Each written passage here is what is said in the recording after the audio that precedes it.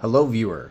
So today let's get confident on loading a Bolex Reflex, and this also is the same process for non-reflex cameras as well. But let's get confident on loading with film. I think something we should first understand is let's just get comfortable with the general basis of what the Bolex can do, right? We all know the frames per second knob can control your frames per second.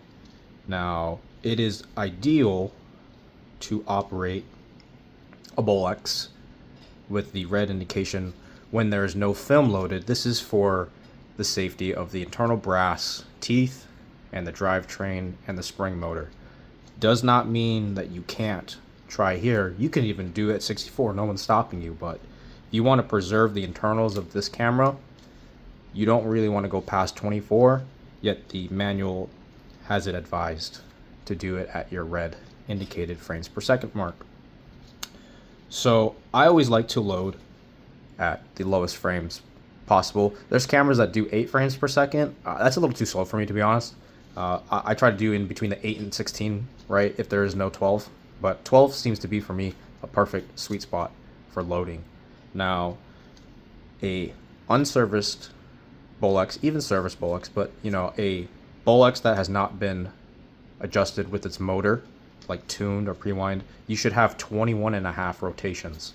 If you have a Bolex that has 19 or 13 rotations, the motor has been worked on, you're losing total shooting time. It was supposed to be serviced, but ideally a Bolex should have 21.5 rotations, and then you should have a hard stop. So let's get comfortable with the Bolex. Right.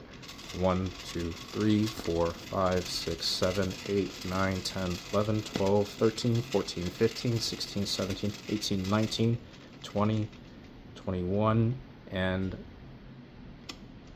that seemed like 22. But essentially it should be 21.5. Now, right, you want to hear the Bolex run. You can trigger the Bolex like this. Obviously this Bolex needs to go through servicing, but the process of loading is no different. Now, opening the chamber, this is our sprockets, loop formers, sending and return sprocket. That's my terminology that I would use throughout the video.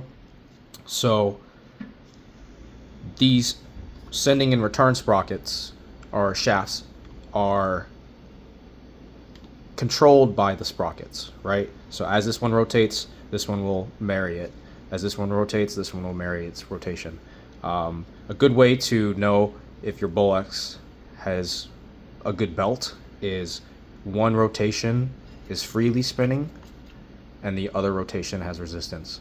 Now it's going to be different, right? So clockwise should have resistance on the sending, and on the return,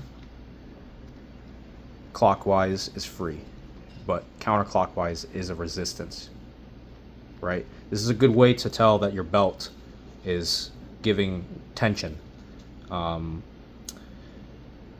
Another method to confirm that your loop formers are correct is you have these 2 set screws, one there, one there. The idea is these loop formers should have little resistance when pushing against the gate, and you should not have any resistance when opening, right? Now, if you ever have one of these where it's stuck like that, or where you can't really fully close it, it just keeps popping back out, you may want to try adjusting these. You just need to loosen them. Close it, push them against the gate, see if that helps out. Now, it's really helpful to load a Bolex just freely with a strip of film. I use 6 to 8 or 6 to 12 inches of film. This is kind of like a little longer than 12 inches. However, you do not need to utilize a full canister or spool. We want to get comfortable with loading the Bolex, right? Now, you can see there are teeth south of these sprockets, right? Now, Some Bolexes may have double guided teeth, and obviously you would want to use double perf film for that. We are going to be using single perf, which is totally fine for standard and Super 16, but I like to use a strip to get comfortable loading first. You want to hear a pronounced tick, and you want to have even loop forms, both north and south of the gate, right? So we'll close the loop. A lot of people like to load film this way and shoot. I'm personally not a fan of that. I like to advise anyone to assist the camera as much as possible. I open up the arm, I tuck around the sprocket, feed it down, pull against the sprocket, and then I feed. You hear that tick? The tick is already happening right now between this sending sprocket and the pull down claw. I have not even touched yet this return sprocket. You should hear that tick with the forms closed. If you don't hear that tick, alignment is off. You see how it's continuing throughout the whole setup? You need to hear this tick, or else sync is not proper and there's tension going against your film. Unwanted tension. You don't want that tension. As I open up the formers, right, my form is correct. I still hear that tick. And there you go. Try it again, right? We will open up the arm, assist the sprocket, tug back into a tooth, wait until you hear confirmation of the sending tick, confirm that you have now both sending and return tick, open up your formers, and have fun. It doesn't matter if you have a spool in here or not. I want you to get comfortable getting this loop form first. And honestly, sacrificing 6 to 12 inches of a fresh strip is worth the test versus you dealing with all of this and getting overwhelmed when stuff is stuck. Now, let's just say you have a jam, right? Let's say this form is like this, right? If you have a form that looks like this, very high chance the pull down claw, right? You can actually pull the gate or the pressure plate, apologies. If you untwist, it's 10 rotations. You rotate 10 times, you'll see there's a pull down claw, right? That little guy. Now, if yours is shift up, there is a high chance that pull down claw is not hitting the holes. It's either bent down or bent too high up and it's literally just shifting it, right? There's a high chance. And it's just gonna stay like that, okay? Don't feel overwhelmed with this camera. It's here to make great projects, right? It's here to help you out, but also help the camera out with the way you're loading. Some people may have some issues where this little chrome anti-film lock guide that I say, this could be shifted a little north, a little south, or completely the opposite direction. That's not a proper position. This is, right? Where you can see one tooth, you can see 1 and 2 teeth, and the third tooth is actually in a line with that screw. That's just if you have that issue. There's also times where the film can physically get jammed before even entering the pressure plate. And I'll show you an area where I find out, right? So usually it may get stuck right here. If I can get some good light, let's go a little closer.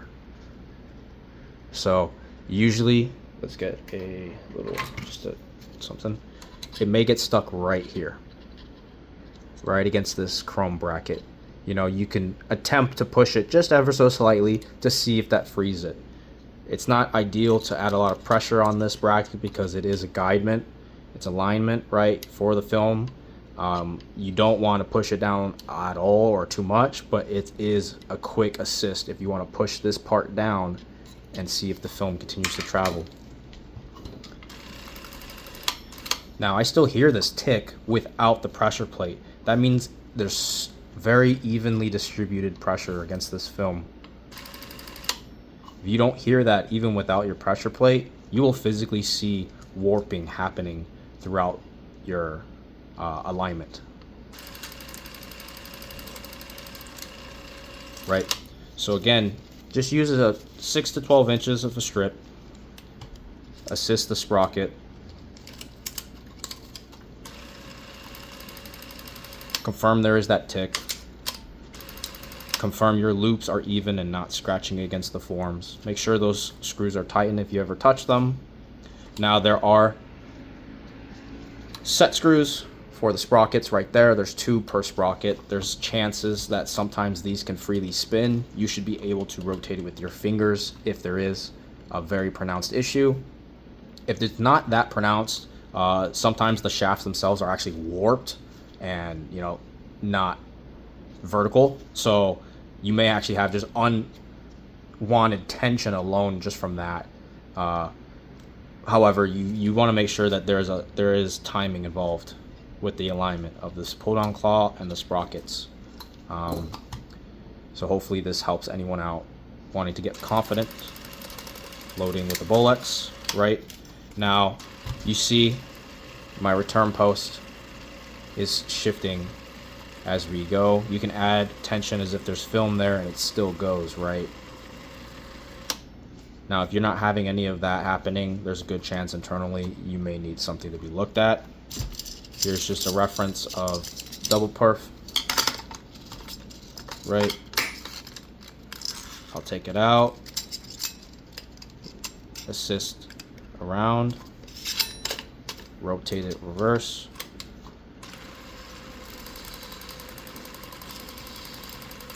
And there we go. I'll get my return spool. I like to fold a little bit, right? Tuck it in right here. And I always like to give around 2 to 3 rotations before sitting. Right? Now let's add our pressure plate back.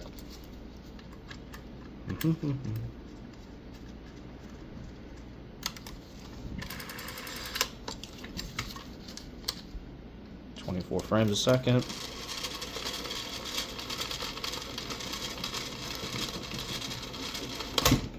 Okay. I went a little hard on that, but I know this camera's gonna go through service.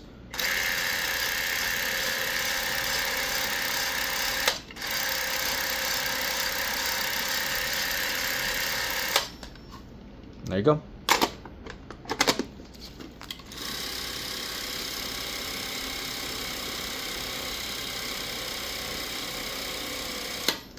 Don't feel overwhelmed. If you have any questions, please feel free to reach out. I'm here to help you out.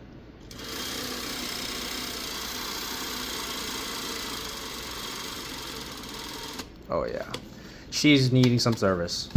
But anyways, good luck everyone.